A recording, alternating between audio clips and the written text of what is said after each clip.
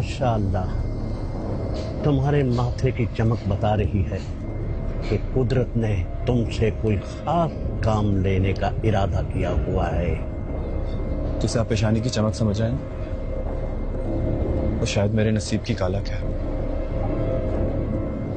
जब कालक और स्याही हद से ज्यादा बढ़ जाए तो उसमें भी एक खास तरह की चमक पैदा हो जाती है।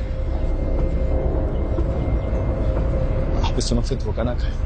मुझे लगता है तुम्हें किसी चीज की तलाश है और वो तलब और शिद्दत हर लम्हा तुम्हारी आंखों से टपकती है।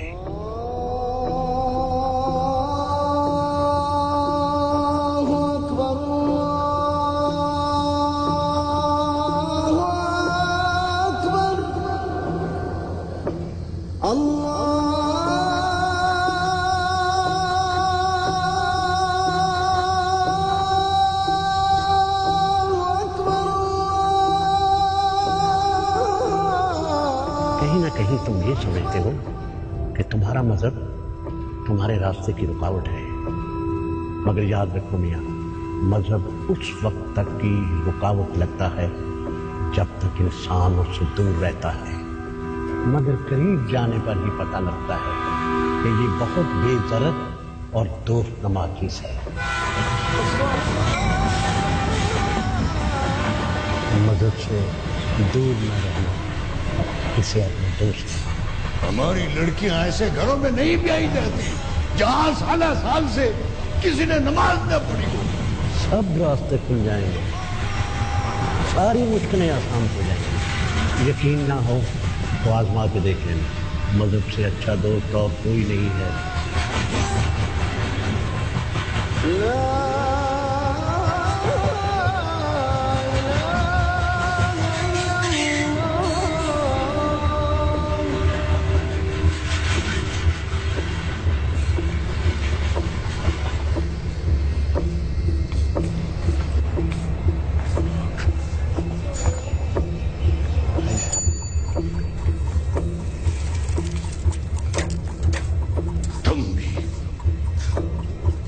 घर से ताल्लुक रखते हो, उस घर को छोड़ देने से तुम्हारी खसलत नहीं बदल जाएगी। मैं अपनी आइंदा नस्ल को बर्बाद नहीं कर सकता।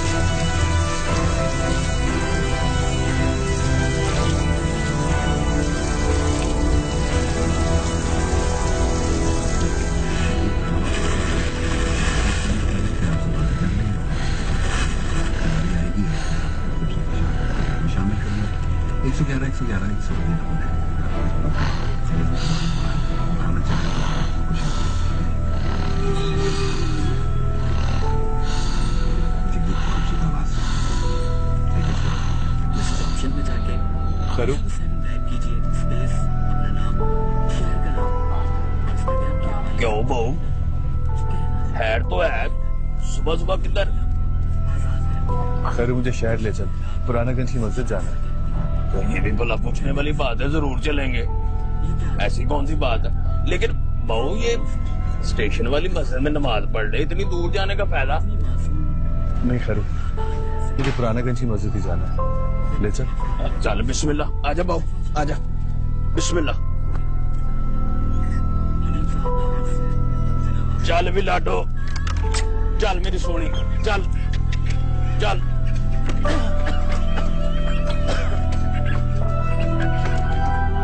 ओ बाजी पीछे हट जाओ, नमाज से पहले ही मर जाओगे।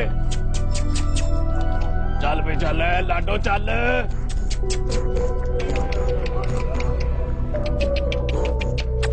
चल भी लाडो, तू भी मुसलमान हो जा। लो जी बाबू जी, आ गई है मस्जिद। रब सोनिया सोनिया सुभान अल्लाह। जहां साल से किसी ने नमाज न पढ़ी हो। ये शुक्रिया वाली कौन सी बात है? सारी मुश्किलें यकीन ना हो आजमा के देखो मजहब से अच्छा दोस्त तो कोई नहीं इस टांगे में कबूल कर लेना, माफ कर देना, खैर माफ कर देना सोने रब जी, माफ कर देना। खैरू को कोई खता हो गई हो तो बस माफ ही कर देना। अस्सलामु अलैकुम वरहमतुल्लाह। अस्सलामु अलैकुम वरहमतुल्लाह। ला इलाहा इल्लल्लाह, ला इलाहा इल्लल्लाह, ला इलाहा इल्लल्लाह, मुहम्मदुर रसूलुल्लाह।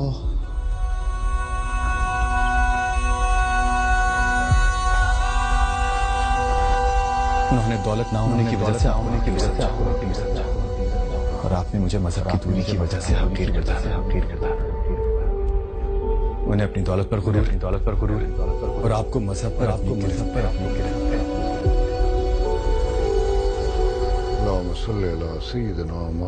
एक बात कान खोल के सुन लो, ये जो मंसूबा तुम बना रहे हो ना, ये मैं कामयाब नहीं होने दूंगी। तुम क्या समझते थे कि तुम हमारे जवान बेटे को बरगला कर हमारे सामने खड़ा कर दोगे और हम खामोशी से देखते रहेंगे? अब तुम ये भी कहोगे कि तुम्हें तो पता ही नहीं कि कल हमारा तुम्हारी फैमिली के सामने तुम्हारी बड़ी बेटी को प्रपोज करके गया है, और ये कि वो उस पर लट्टू भी हो गया।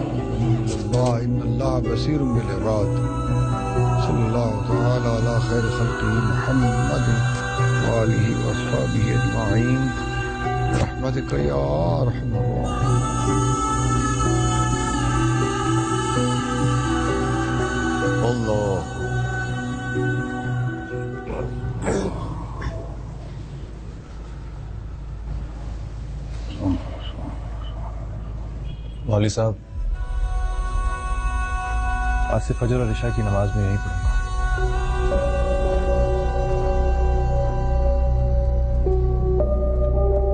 ज़ोहर, असर और मगरिब मुझे स्टेशन पे ही पढ़नी पड़ेंगी।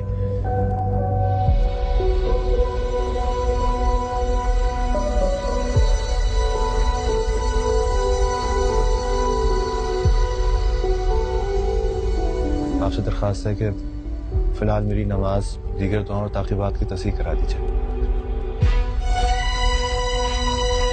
दरअसल नमाज पढ़े हुए बरसों हो गए, लोग सुनेंगे तो पता नहीं क्या सोचेंगे।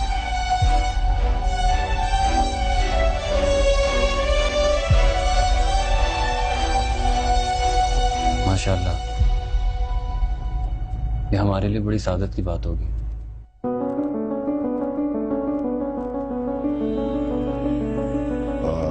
हाँ, तो आज का मौजू क्या था? हाँ, मेरी उम्र भर की कमाई, मेरी नेकलाह और हुकूकुल लिबास, मेरी इज्जत को आज भट्टा लगा दिया किसी ने। हुकूकुल्लाह तो अल्लाह ताला फरमाते हैं कि मैं माफ कर दूंगा, मगर हुकूकुल इबाद। ये आपका खानदान और उसकी हुर्मत यह है कि जिसकी खातिर मैं आज यहाँ आपके दरवाजे पर माफी की दरख्वास्त में कशकोल लिए खड़ा हूँ। क्या आपके यहाँ माफी की कोई रिवायत नहीं है? उनकी माफी नहीं है। मेरी किस्मत में शायद ऐसे दरवाजों से भी सिर्फ धुतकार ही लिखी है।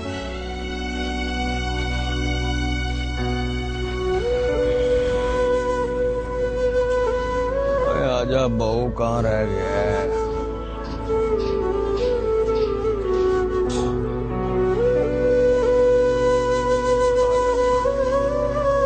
आजा।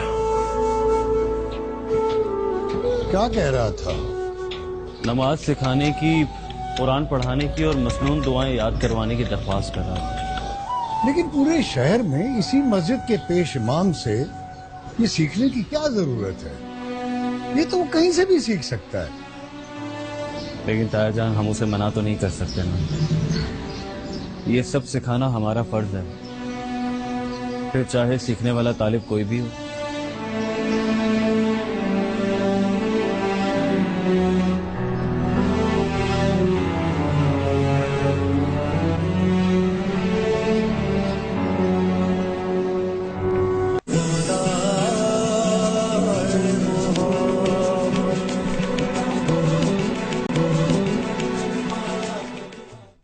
खत में लिखा है मौलवी जी?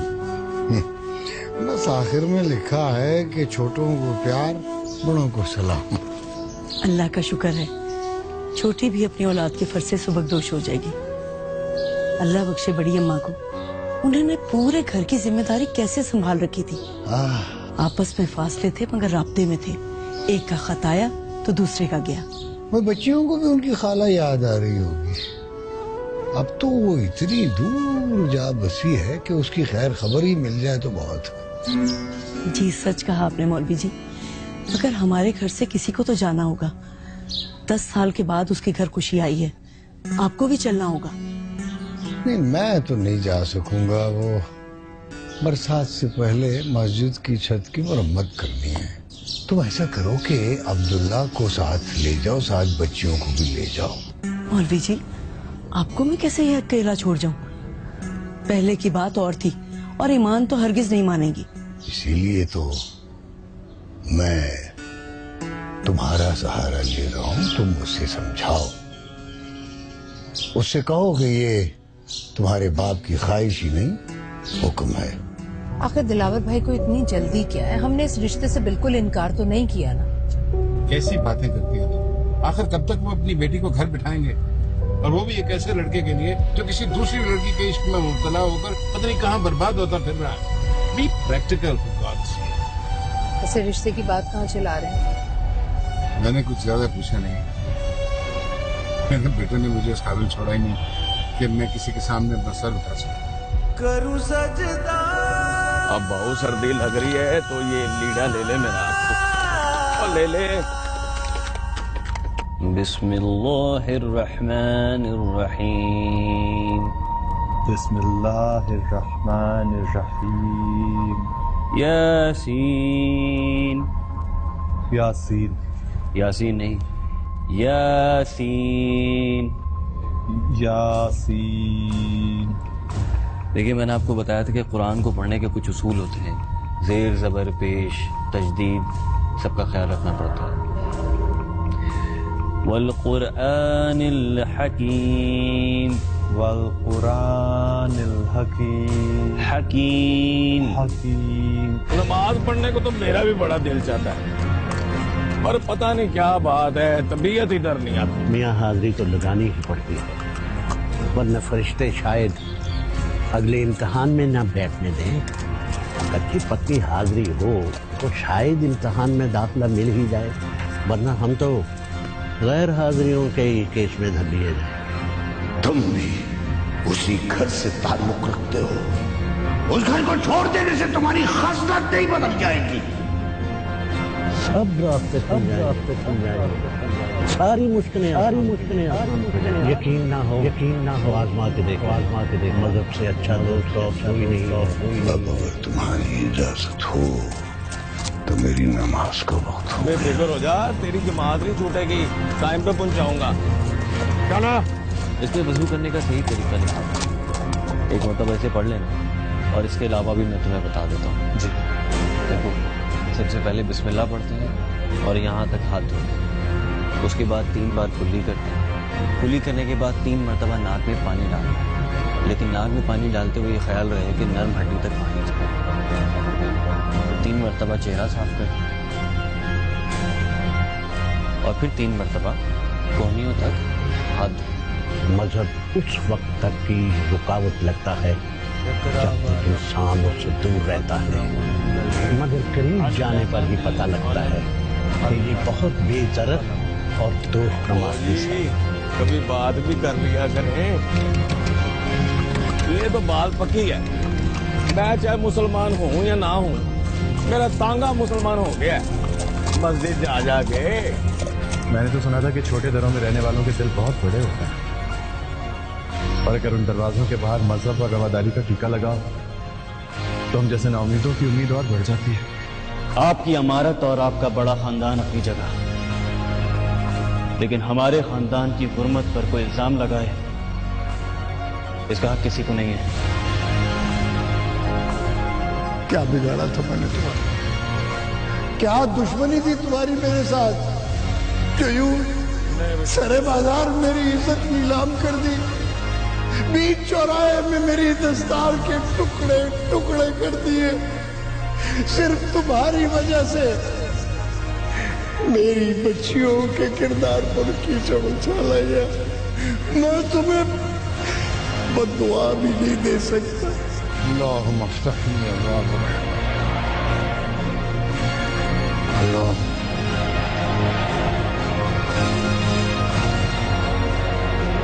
अस्सलाम वालेकुम। वालेकुम अस्सलाम।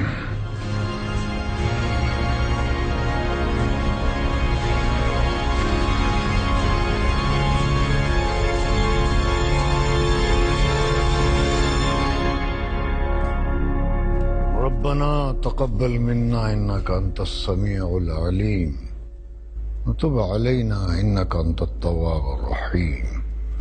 सल्लल्लाहु तआला अला खैरि खल्क़िही मुहम्मदिन व आलिहि व अस्हाबिही अजमाइन बिरहमतिका या अरहमर राहिमीन या रब्बल आलमीन। अकबर ला इलाहा इल्लल्लाह वल्लाहु अकबर अल्लाहु अकबर अल्लाहु अकबर वलिल्लाहिल हम्द। जैसा कि आप सब लोगों को मालूम है कि रोजाना हम इशा की नमाज के बाद उन मसाइल पर बात करते हैं जो रोजमर्रा जिंदगी में हमें पेश आते हैं। अगर आप लोगों के जहन में कोई सवाल हो तो पूछ सकते हो। मौलवी साहब, पिछले हफ्ते आपने मुझे 6 कलमे याद करने को कहा था। मैंने याद कर लिए हैं और मैंने अब्दुल्ला भाई को भी सुना दिए हैं।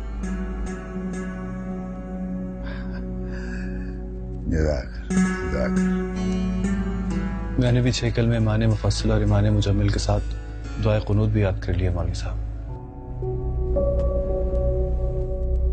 आप कहें तो सुनाओ। अच्छी बात है, अच्छी बात है। अब्दुल्ला मियाँ को सुनाकर तस्हीह करवा लेना है। अच्छा भैया, अल्लाह हाफ़िज़।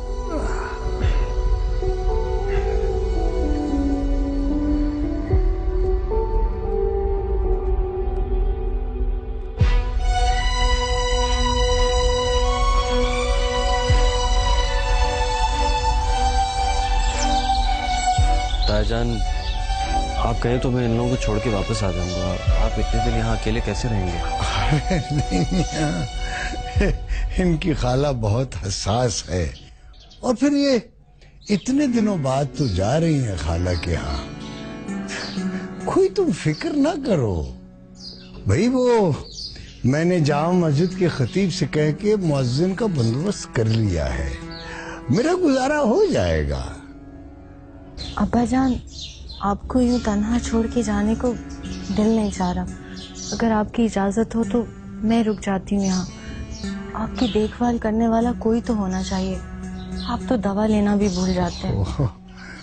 मुझे पता है मेरी बच्ची, तुम्हें मेरी कितनी फिक्र है, लेकिन मेरी ये ख्वाहिश है कि तुम अपनी खाला के यहाँ हो आओ। ये उसकी पहली खुशी है। अगर कोई न गया तो वो नाराज हो जाएंगी। अच्छा, वहां पहुंचते ही मुझे टेलीफोन करना है। आप हमारी फिक्र ना करें, अपना ख्याल रखिएगा और दवाएं वक्त पे लेते रहिए। अच्छा अच्छा, ठीक है, ठीक। चलो चलो बेटा, औरत है भूल जाए तो तुम टेलीफोन कर देना। चलो अच्छा।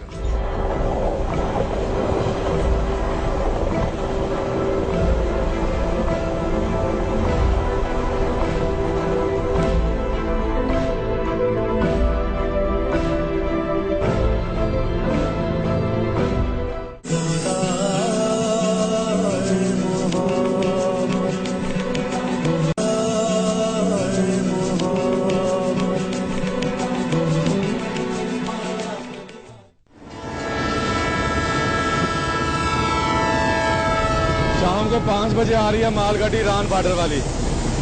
सुबह तक वो निकल जाएगी। पूरी रात भी लग सकती है। मैंने ऑर्डर आमों को तो कह दिया। मेरा मतलब है कि बाऊ, गड्डी आने से पहले तू भी जरा ध्यान कर लेना। तो देख, ठीक है ना?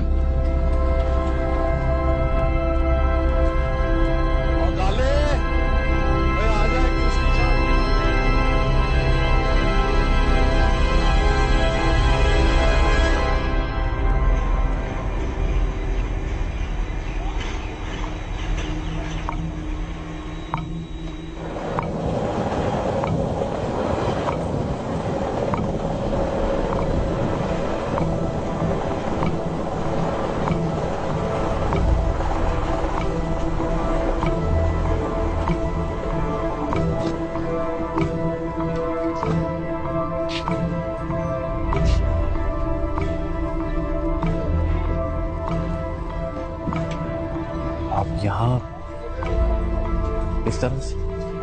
हाँ, मैं अब यही मजदूरी करता हूँ।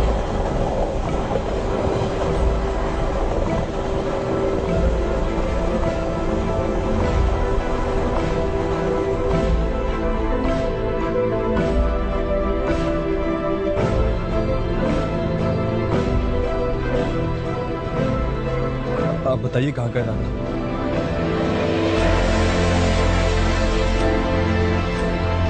मणिपुर जा रहे हैं हम, एक शादी की तकरीब में।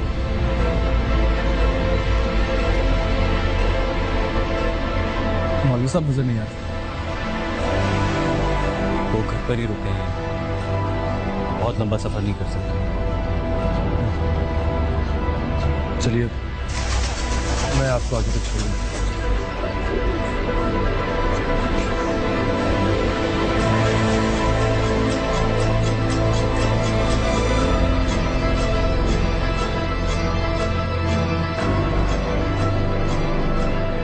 क्यों गुनाहगार कर रहे हैं मुझे?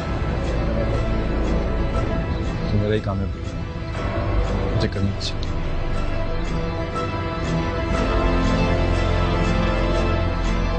उनके हाथों के छाले अब मेरे दिल के छाले बन चुके हैं। वो आज भी ये दावा और जिद करते हैं कि एक दिन तुम आओगी और ये मोती उन्हें वापस लौटाओगी।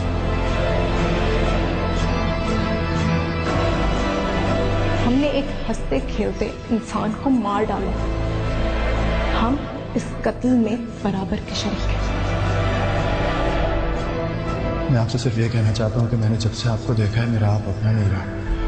तब से अब तक उस बदनसीब इंसान ने इन मोतियों को अपने दिल की तिजोरी में बंद रखा, इस उम्मीद पर कि कभी ना कभी किसी का पत्थर दिल तो पिघलेगा। मेरे पास वो अल्फाज ही नहीं जिनसे मैं अपनी कैफियत आप तक बयान कर सकूं।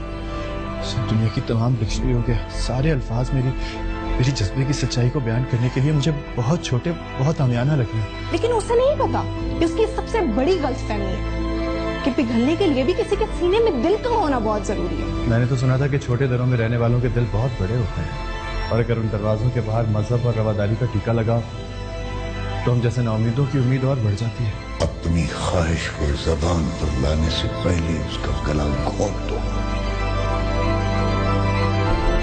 ये नामुमकिन है।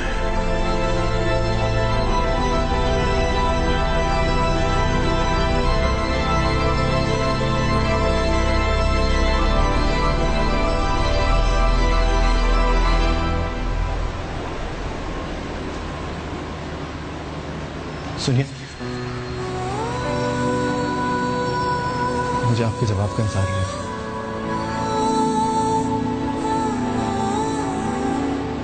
मुझे जाने दीजिए, अब मैं आपकी मिन्नत करती हूँ।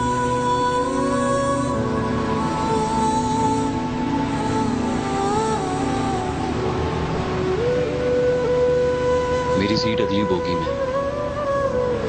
आपको एक मशवरा देना चाहता हूँ। हमारी जिंदगी में कुछ लोग हमेशा से लाहासिल रहते हैं, बर्बाद करते हैं। खुद को बर्बाद मत कीजिए, अपने घर वापस लौट जाइए।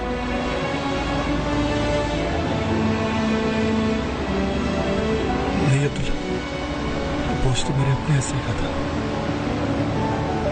खुदा का शुक्र है कि मुझे मौका मिला।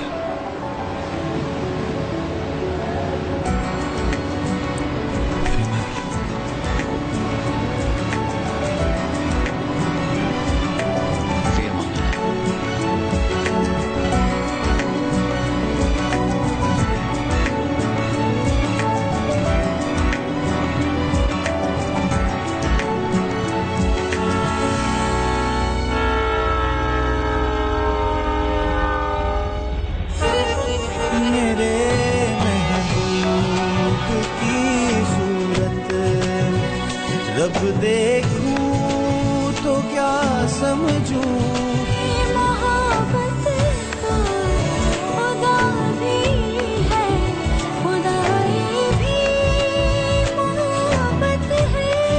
मेरा किबला तू काबा है, मेरा तावीज़ मन्नत जन्नत है।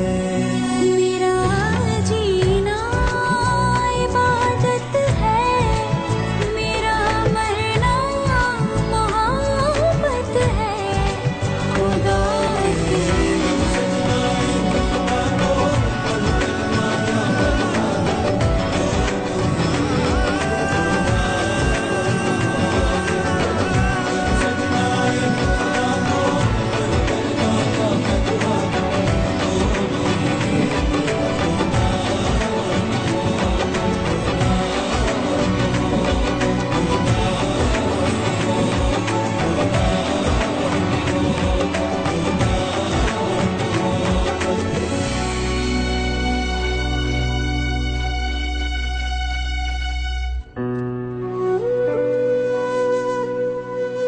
बाबू बड़ी आग है तेरे अंदर, कहां से लाया है तू इतनी आग? आग कहाँ बाकी रह गई है गफूर? मैं तो लम्हा बलम्हा बुझ रहा हूँ। जिनके दिल जलते हैं वही अंदर से बुझते हैं। गफूरा आज तक समझ रहा था कि इस दुनिया में सिर्फ गफूरे ने इश्क किया, लेकिन आज पता चला है बाबू, गफूरे को तो इश्क किया इनका भी नहीं पता। बड़ा लावा है तेरे अंदर, कहां से लाया तू इतना लावा? देख बाबू, सब कुछ अंदर दबा के रखेगा ना तो अंदर ही अंदर सुलग जाएगा। कौन थी वो लड़की बता?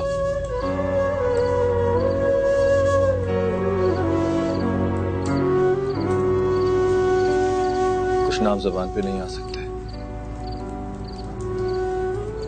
बस यूं समझ के मेरी जिंदगी की आखिरी बाजी है। जीत गया तो सारी दुनिया को पता चल जाएगा, और हार गया तो उसी के साथ खाक। तू हारेगा नहीं बाबू, ये नामुमकिन है। अगर तू हार गया ना तो मोहब्बत हार जाएगी।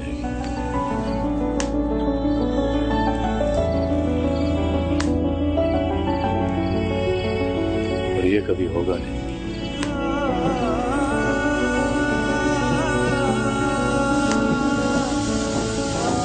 सब रास्ते खुल जाएंगे, सारी मुश्किलें यकीन ना हो आजमा के देख, मजहब से अच्छा दोस्त और कोई नहीं है।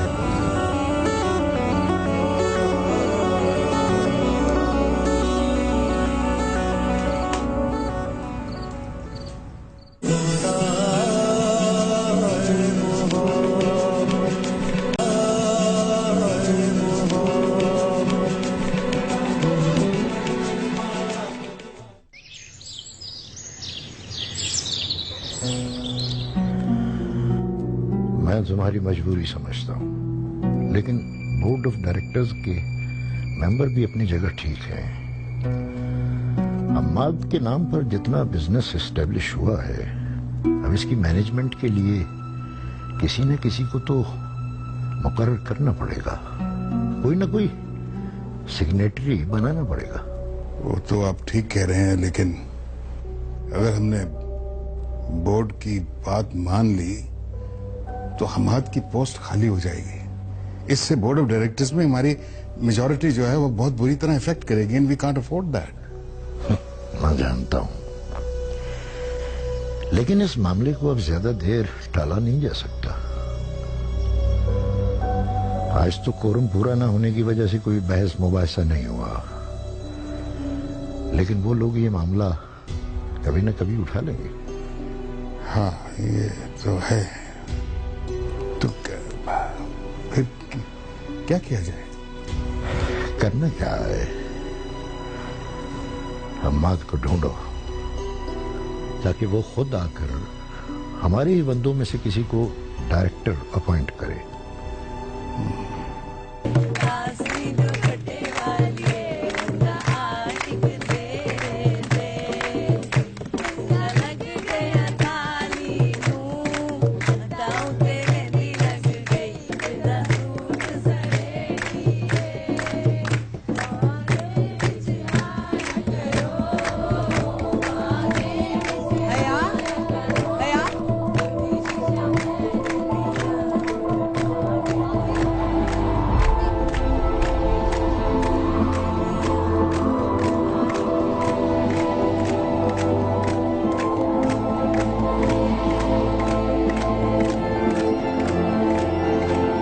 बताया कि सौताब के सामने रिटायर्ड कमिश्नर अमजद रजा का बेटा नहीं है, काम मजदूर बैठा हुआ है। अब जिन बड़ों की बात कर रहे हैं उनसे मेरा ताल्लुक अब खत्म हो चुका है। मुझे तो वो घर छोड़े हुए भी मुद्दत हो गई है। मैं भी यही मजदूरी करता हूँ। बड़ा दिल तड़पता है मेरा मेहमान को देखने को।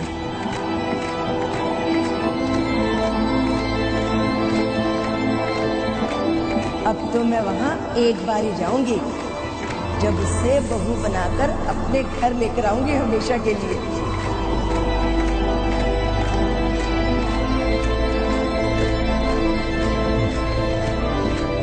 चलिए मैं आपको आगे तक छोड़ देता हूँ। जिन लाख बातों को तुम प्यार मोहब्बत समझते हो, कहते हो, वो मेरे नजदीक सरी गुनाह है।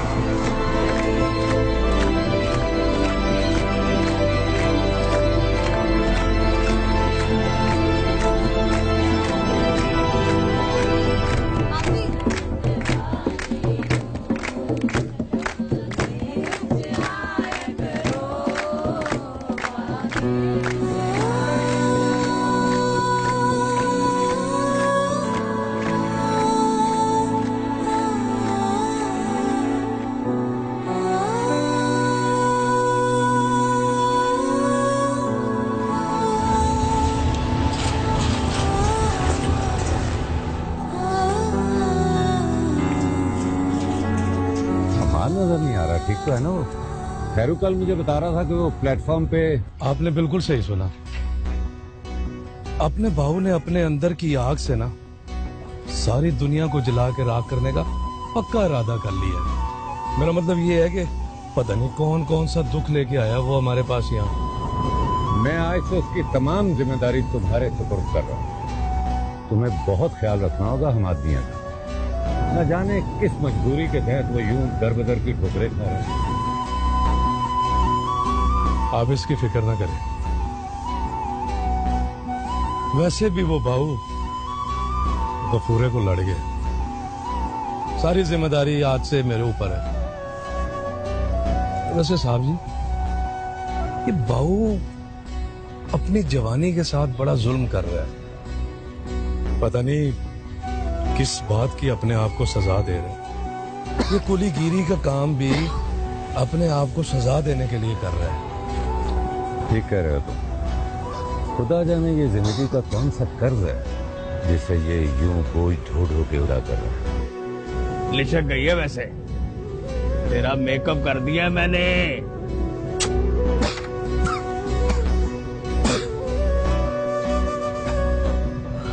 चल कर मस्जिद चल। क्या बात हो? बहू, तुझे तो बड़ा तेज बुखार है?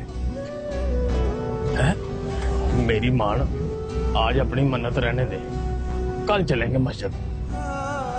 नहीं खैर, आज मेरा जाना बहुत जरूरी है। आज ही तो मेरी मन्नत का इम्तिहान है। ठीक है बहू जी, जैसे आपका अल्लाह मालिक है।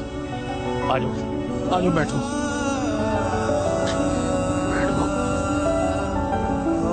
बिस्मिल्लाह। अब बहू, कोई खैरू के लिए भी दुआ कर दिया करे। चल लाटो, चल लाटो। करूं सजदा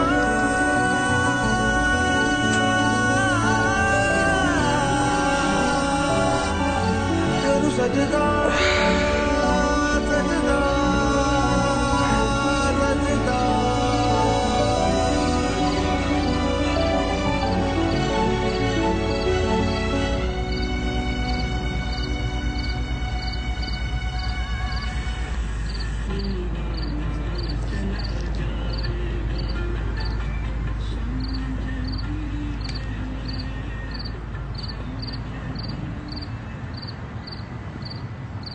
वसल्लल्लाहु तआला अला खैर खल्क़ी मुहम्मदिन व आलिहि व अस्हाबिहि अजमाइन बिरहमतिका या अरहमर राहिमीन आमीन या रब्बल आलमीन। अल्लाहु अकबर अल्लाहु अकबर ला इलाहा इल्लल्लाह। अस्सलाम वालेकुम अस्सलाम। मौलवी साहब, कुछ पूछना था आपसे। जी पूछिए। मौलवी साहब, मेरे घर में एक मसले की वजह से परेशानी है आजकल।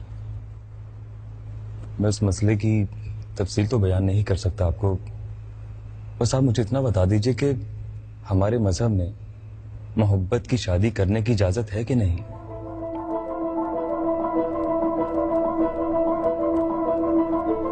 ये नामुमकिन है।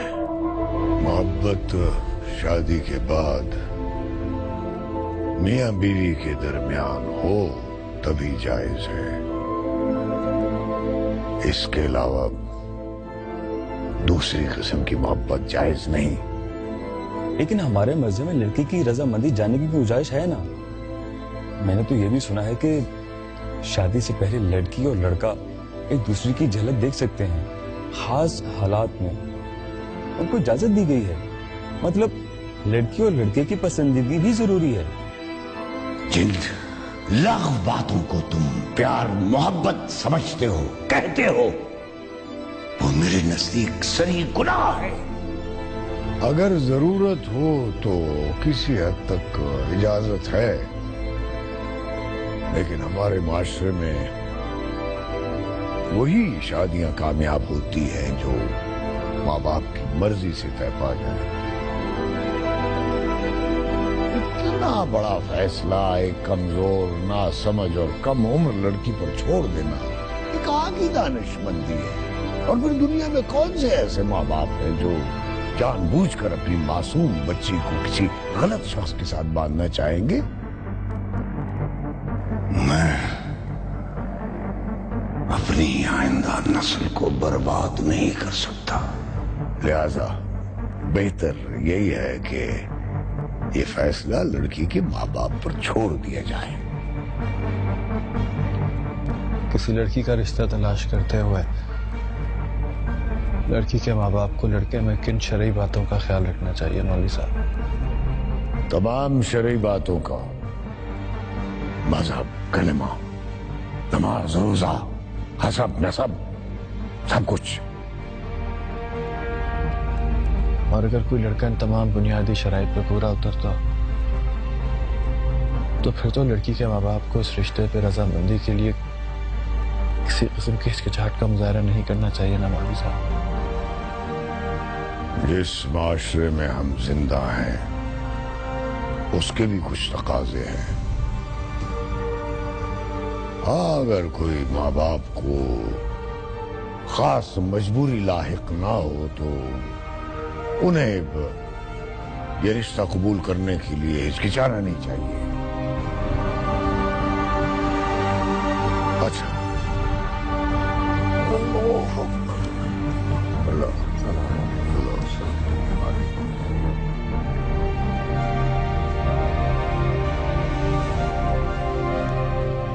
खैर मियां, 2 घड़ी रुक जाओ, मुझे तुमसे जरूरी बात करनी है।